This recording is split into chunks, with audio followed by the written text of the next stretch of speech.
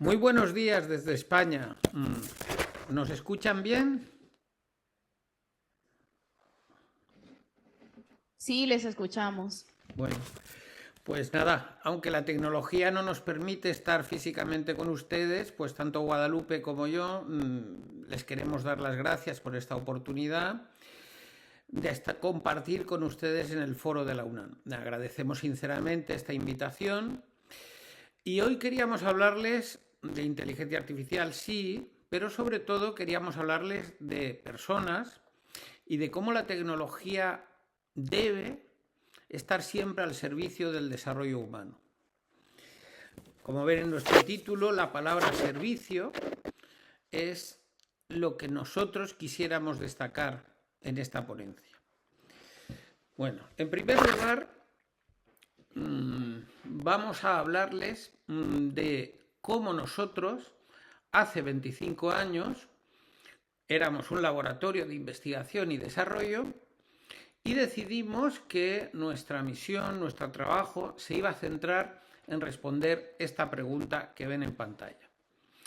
¿Cómo podemos proporcionar a los sistemas educativos herramientas y conocimientos que garanticen que cada estudiante tenga las mismas oportunidades de alcanzar su máximo potencial, considerando sus necesidades individuales y haciéndolo a lo largo de todo el proceso?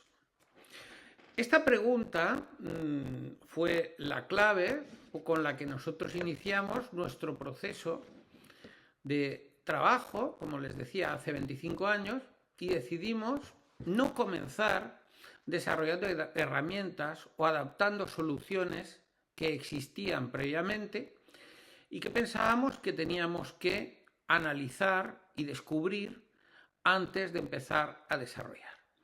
Y entonces nos sumergimos en un proceso de investigar, de estructurar, de organizar todo el conocimiento que las ciencias cognitivas habían acumulado y que debíamos organizar primero, relacionar entre sí, para poder a partir de ahí seguir en una siguiente etapa. Las ciencias cognitivas son la psicología, la neurociencia, la lingüística, la epistemología. Y esas ciencias estructuradamente han ido trabajando en distintos acercamientos a entender qué es el conocimiento humano, cómo se produce el acto mismo de conocer y cómo se produce la capacidad que el ser humano ha desarrollado frente a la naturaleza y su interacción con ella, su enacción con ella. Como ven, estas cuatro ciencias están relacionadas con la inteligencia artificial. La inteligencia artificial es un servidor tecnológico que nace de estas cuatro ciencias. La inteligencia artificial es, como les decía, un servidor y siempre debe ser tomado así, como un servidor del conocimiento científico, un servidor al servicio del conocimiento científico para resolver problemas de las personas. Así que, como les decía, iniciamos una segunda etapa en la que de una forma viable, accesible y con un impacto real y positivo, debíamos construir unas tecnologías fruto de la convergencia entre los conocimientos científicos y la tecnología. Como les decía, la tecnología como servidor. Esto a ustedes como estudiantes especialmente les recomiendo que sea parte de su desempeño profesional siempre. No construimos tecnología por construir tecnología, sino que siempre lo que hacemos es entender qué problema queremos resolver y buscar los conocimientos necesarios para resolver ese problema. Y esto como resultado nos dará una tecnología, un conjunto de tecnologías que habremos tenido que diseñar y desarrollar y completar modelos tecnológicos preexistentes o crear modelos tecnológicos nuevos. En nuestro caso, el gran reto era que teníamos que crear una tecnología que operara en función de los conocimientos que teníamos, de cómo aprende el ser humano, que teníamos que validarla, es decir, no vale solo crear la tecnología, sino tenemos que validar que está resolviendo el problema que queremos resolver tal como lo indicamos y una tecnología que surge, como decíamos, de esa convergencia y no debe traicionar los conocimientos previos, así como debe tener una perspectiva adecuada a el impacto en el ser humano. Lo primero que tenía que tener esta tecnología como característica es que los procesos de enseñanza y aprendizaje son dinámicos y cambian. No son necesidades estadísticas y mucho menos estandarizables. Lo segundo es que los objetivos de aprendizaje son los mismos para todos los estudiantes, pero el proceso de alcanzarlo es único para cada estudiante. Y lo tercero, que proporcionar información no es suficiente, sino que hay que generar experiencias de aprendizaje y hay que construir el conocimiento desde cada persona, desde cada necesidad individual, y esa construcción de conocimiento desde cada persona debe tenerse en cuenta que sea positiva para su proceso de neurodesarrollo, es decir, cómo su mente, su conciencia va construyéndose. Así que teníamos un paso posterior, que era cómo se iba a enseñar y cómo se iba a aprender gracias a la tecnología. Es decir, no bastaba enseñar con tecnología. Enseñar con tecnología nos ancla a modelos anteriores y no nos permite dar el salto de beneficios que queremos hacia las personas. Debemos basarnos en las necesidades reales del ser humano y debemos de usar una tecnología que nos permita cambiar el modelo anterior. Si aplicamos la tecnología que tenemos en cualquier área del ser humano al modelo que ya tenemos, posiblemente el impacto no sea ni siquiera positivo, sea un impacto que encarece el proceso y no mejora especialmente los resultados. Siempre que hacemos un proceso de introducción, de construcción de tecnología para un área, sea la educación, sea la medicina, primero buscamos toda la evidencia que hay, como hemos visto, y hacemos un proceso de convergencia entre ciencia y tecnología, validamos y transformamos el modelo que se seguía utilizando. Aquí en este gráfico que hay aquí, no vamos a entrar completamente en él, podríamos ver la representación de dos modelos diferentes, aplicando, es decir, un aprendizaje con tecnología y un aprendizaje en el que enseñamos y aprendemos gracias a la tecnología. Aquí algunas características que cambian el modelo es que se debe ayudar a los docentes a entender las causas del aprendizaje. Se debe convertir cada respuesta del estudiante en una oportunidad para entender su camino de aprendizaje. La gestión de un aula completa no debe renunciarse a la personalización porque el modelo de esa tecnología, de esa implantación de esa tecnología, debe permitir adaptar los procesos sin exigir más tiempo ni más recursos y adaptar las necesidades de aprendizaje a legislaciones, culturas y contextos. Las culturas no tienen que adaptarse a las tecnologías, son las tecnologías las que tienen que adaptarse a las culturas. Así que como que las tecnologías tienen que adaptarse a los contextos y además ser respetuosas con ellas. Un modelo tecnológico que tenga en cuenta los procesos de aprendizaje son dinámicos es una originalidad y condicionará una interacción coordinada con distintos componentes tecnológicos. Esto es complejo de explicar, pero nosotros cuando construimos una tecnología o la visualizamos, si la entendemos de forma muy simple, posiblemente esa tecnología no es muy potente. El conjunto de varios componentes tecnológicos integrados, colaborando entre sí, da un resultado no previsible, pero que tenemos que validar si resuelve el problema que queríamos. Por ejemplo, tendremos que utilizar tecnologías de distintos tipos, en algunos casos, ahora veremos, basadas en correlaciones, en causalidades, etcétera, componentes diferentes que se integran y al integrarse generan un resultado superior. Voy a intentar ponerles un ejemplo sobre esta diapositiva que hay aquí. Cuando nosotros queremos resolver un problema aritmético, si yo ahora les dijera a ustedes, Juan tiene 2 gafas, Pedro tiene 1, ¿cuántas gafas tienen entre los dos? posiblemente todos me contestarían que 3.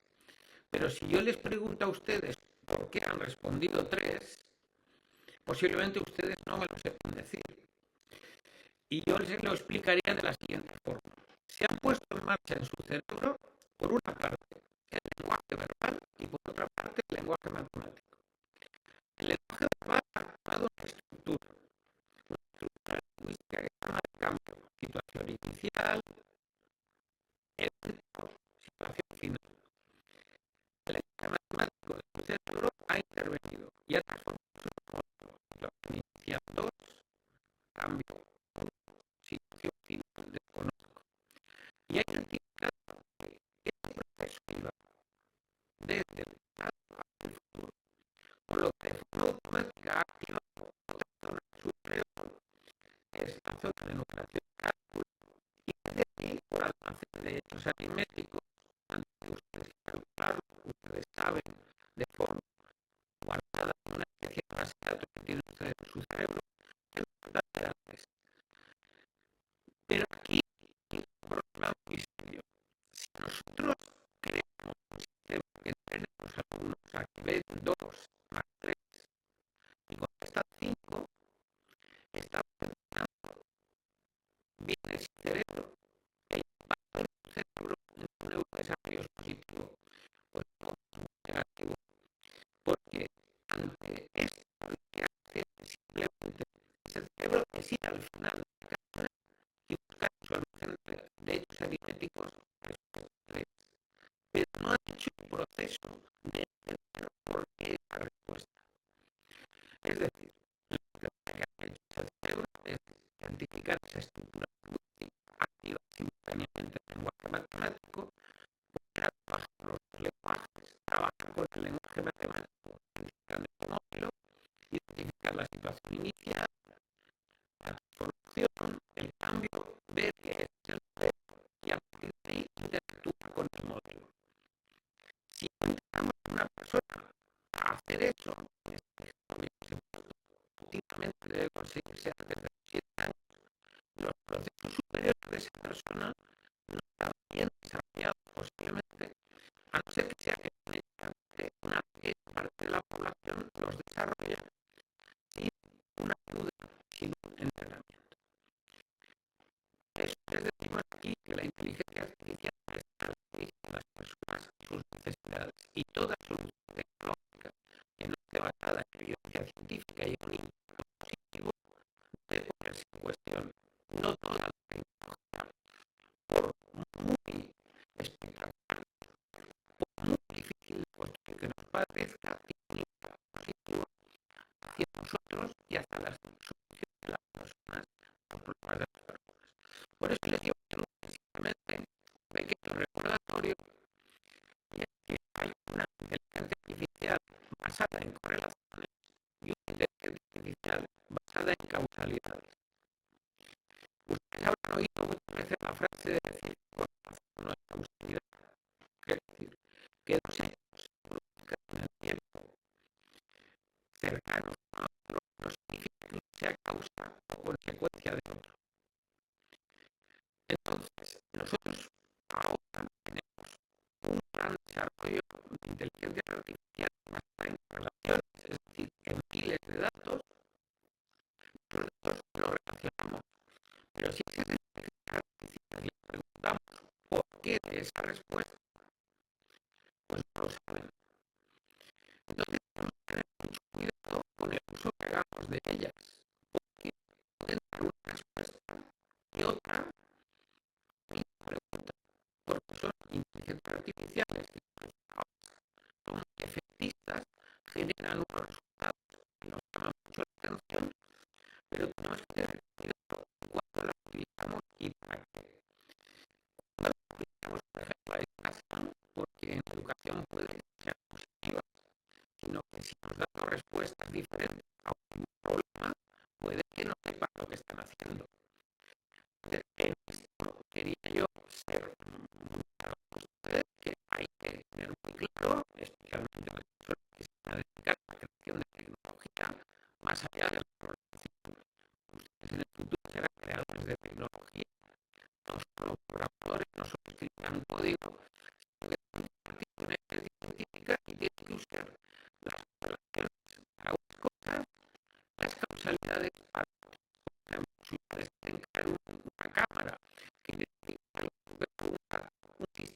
relaciones les puede ser. Si ustedes tienen que crear una herramienta que ayude a un docente a entender por qué un estudiante tiene una dificultad concreta en construcción de conocimiento, por ejemplo, en su conciencia fonológica, no pueden usar una guía de correlaciones.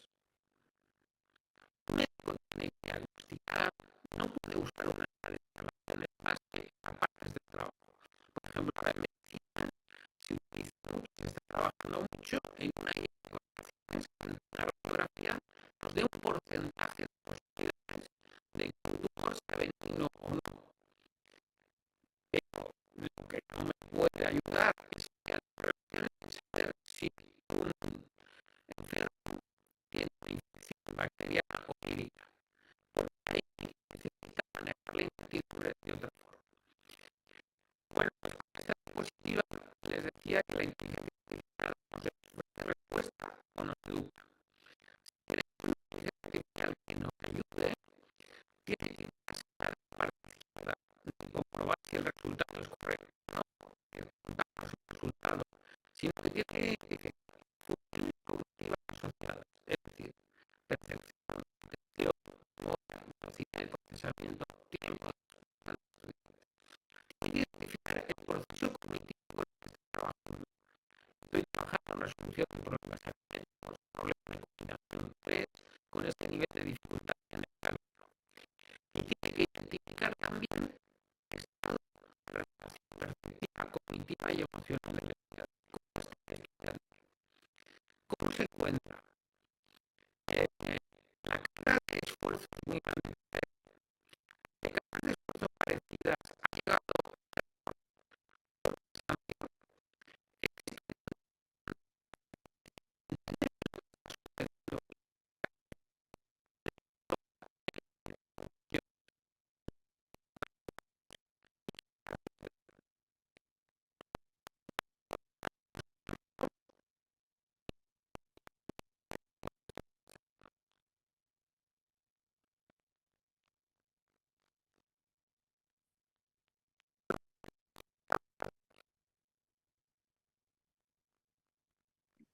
Disculpen. Nada, en primer lugar quería agradecer a todos el dejar a mí y a Ernesto explicar. Entonces, nada, ahora lo que quería hacer es ilustrar un poco este cambio de paradigma que Ernesto nos ha explicado, es decir, un paradigma, en nuestro caso, que nos basamos en construir una tecnología para educación, para enseñanza y aprendizaje. Entonces queríamos ilustrar cómo es en nuestro caso esta tecnología cambia el paradigma del desempeño, es decir, de evaluar, ofrecer información y evaluar respuestas al neurodesarrollo, que es lo que Ernesto explicaba. Y lo queremos hacer concretamente con un ejemplo de Me Gusta Matemática, que es una tecnología educativa que Iten Learning, es decir, nosotros hemos desarrollado e implantado con el MINET de Nicaragua. Entonces, si un estudiante tiene que resolver el siguiente problema: en una piscina hay 3 flotadores, llega mi amigo y lanza 2 al agua, ¿cuántos flotadores hay ahora? Como decía Ernesto antes, habitualmente un sistema tecnológico de IA de correlaciones basado en el desempeño, pues sabrá que la respuesta es 5 en base a iteraciones anteriores y correlaciones de datos, impulsará que el estudiante conteste 5. En cambio, un sistema tecnológico fruto de la convergencia entre ciencia y tecnología, con un enfoque basado en el neurodesarrollo, como es Me Gusta Matemática, como ven aquí en este ejemplo, lo primero que sabe, antes de que el ejercicio se le presente al estudiante, este sistema ya sabe que este ejercicio que está presentando al estudiante es un ejercicio que se centra en el desarrollo del proceso cognitivo específico de resolución de problemas, que en base al modelo cognitivo, este tipo de problema en concreto corresponde al modelo matemático de cambio 1, cuya estructura se basa en una situación inicial, se produce un cambio y hay que averiguar la situación final. Y entiende qué son las funciones cognitivas asociadas, es decir, la memoria, la atención, la velocidad de procesamiento, y en específico entiende las de este estudiante en concreto, sabe cómo es la capacidad de atención sostenida de este estudiante durante el momento en el que está trabajando, entiende cuál es la velocidad de procesamiento del estudiante, la compara con la velocidad de procesamiento estándar del modelo, etc. Entonces, este sistema, como ven aquí en este ejemplo, no está impulsando al estudiante a contestar 5, sino le está ofreciendo una interacción, una experiencia de aprendizaje que está expulsando al estudiante, bueno, pues primero a pasar del lenguaje verbal, es decir, pasar este enunciado, a la estructura del modelo matemático. Si ven aquí, además, tienen los pasos que va mostrando al estudiante que tiene que tomar. Después, una vez que ha pasado a la estructura del modelo matemático, tiene que identificar qué estructura es decir, cambio 1. Después tiene que entender que la estructura matemática de cambio 1, cómo es. Después tiene que saber qué tipo de cálculo es necesario aplicar para resolverlo. Como ven aquí, ya está en la fase de 3 más 2. Pero lo siguiente es si el problema está en que el estudiante sepa resolver ese problema de cálculo o no. Es decir, si el estudiante el problema que tiene es que no sabe que 3 más 2 es 5, eso es otro proceso cognitivo, en este caso el proceso cognitivo específico de numeración y cálculo. Por lo que hace este sistema es, primero, generar una experiencia de aprendizaje, una interacción basada en que el estudiante siga ese proceso, y segundo, en función de la respuesta del estudiante, pues se refuerza el acierto o se trata el error. Pero no se trata del error desde el resultado, sino se trata del error tratando de pues reforzar el proceso cognitivo o el proceso específico en el que el estudiante ha tenido el problema. Por ejemplo, si el estudiante ha fallado a la hora de resolver la estructura de cambio 1, si el estudiante no entiende qué cálculo tiene que realizar o si falla a resolver el problema de cálculo. Entonces, esto es un ejemplo de cómo cambia el paradigma. Esta tecnología que está diseñada específicamente para enseñar a aprender en base a las necesidades de cada persona, en lugar de estar diseñada pues para reproducir modelos que se basan en resultados generales. Pero además, este cambio de paradigma es importante que se entienda que se extiende más allá de la interacción del usuario, sino que también ofrece un cambio de paradigma, un salto cualitativo y conceptual en los procesos de enseñanza-aprendizaje para docentes y para profesionales y tomadores de decisiones. ¿Por qué? Porque no hay que entender la tecnología como algo aislado que no tiene en cuenta a las personas, sino que se tiene que crear desde la perspectiva de que son herramientas que las personas, que los usuarios finales van a utilizar y van a ayudarles a mejorar la eficacia y eficiencia de sus procesos en el día a día. Entonces, en el caso de los docentes, lo que ofrecen estas herramientas son herramientas de análisis del aprendizaje que van más allá de la evaluación. Esto lo hace a nivel micro, es decir, a nivel del aula, a nivel de un estudiante o de un grupo clase. ¿Y qué es lo que ofrece este análisis del aprendizaje? Pues va más allá de la evaluación porque ofrecen datos e información sobre cada proceso, sobre el proceso de desarrollo y de neurodesarrollo de cada estudiante de manera dinámica y continua. Es decir, les ofrece una imagen de cómo ese estudiante va evolucionando su aprendizaje y va aprendiendo y enseñando. Entonces, aquí como se ilustra en Me Gusta Matemática, pues lo que permite es entender el estado del proceso cognitivo de un estudiante, cómo son sus curvas de memoria y aprendizaje, cómo esas curvas han sido reforzadas en cada sesión de trabajo y cómo han ido evolucionando, cómo está trabajando con el proyecto editorial, y lo permite hacer a nivel individual, a nivel grupal y con otros formatos como los formatos de informes. Y para los tomadores de decisiones, lo que permite es pues realizar análisis MEL, es decir, análisis que permiten monitorear cómo está ocurriendo este proceso de análisis de aprendizaje y este proceso de neurodesarrollo a nivel macro, es decir, a nivel de una población, de una región, de un país, de un centro educativo. Entonces, esto lo va mostrando mediante gráficas que permiten entender cosas como, por ejemplo, aquí tenemos cómo son las sesiones de trabajo de los estudiantes. Se encuentra al inicio de su aprendizaje o está reforzando lo aprendido. O aquí tenemos, por ejemplo, una que nos indica en qué estado están los procesos cognitivos y subprocesos cognitivos de los estudiantes, en qué procesos se encuentran dificultades, etc.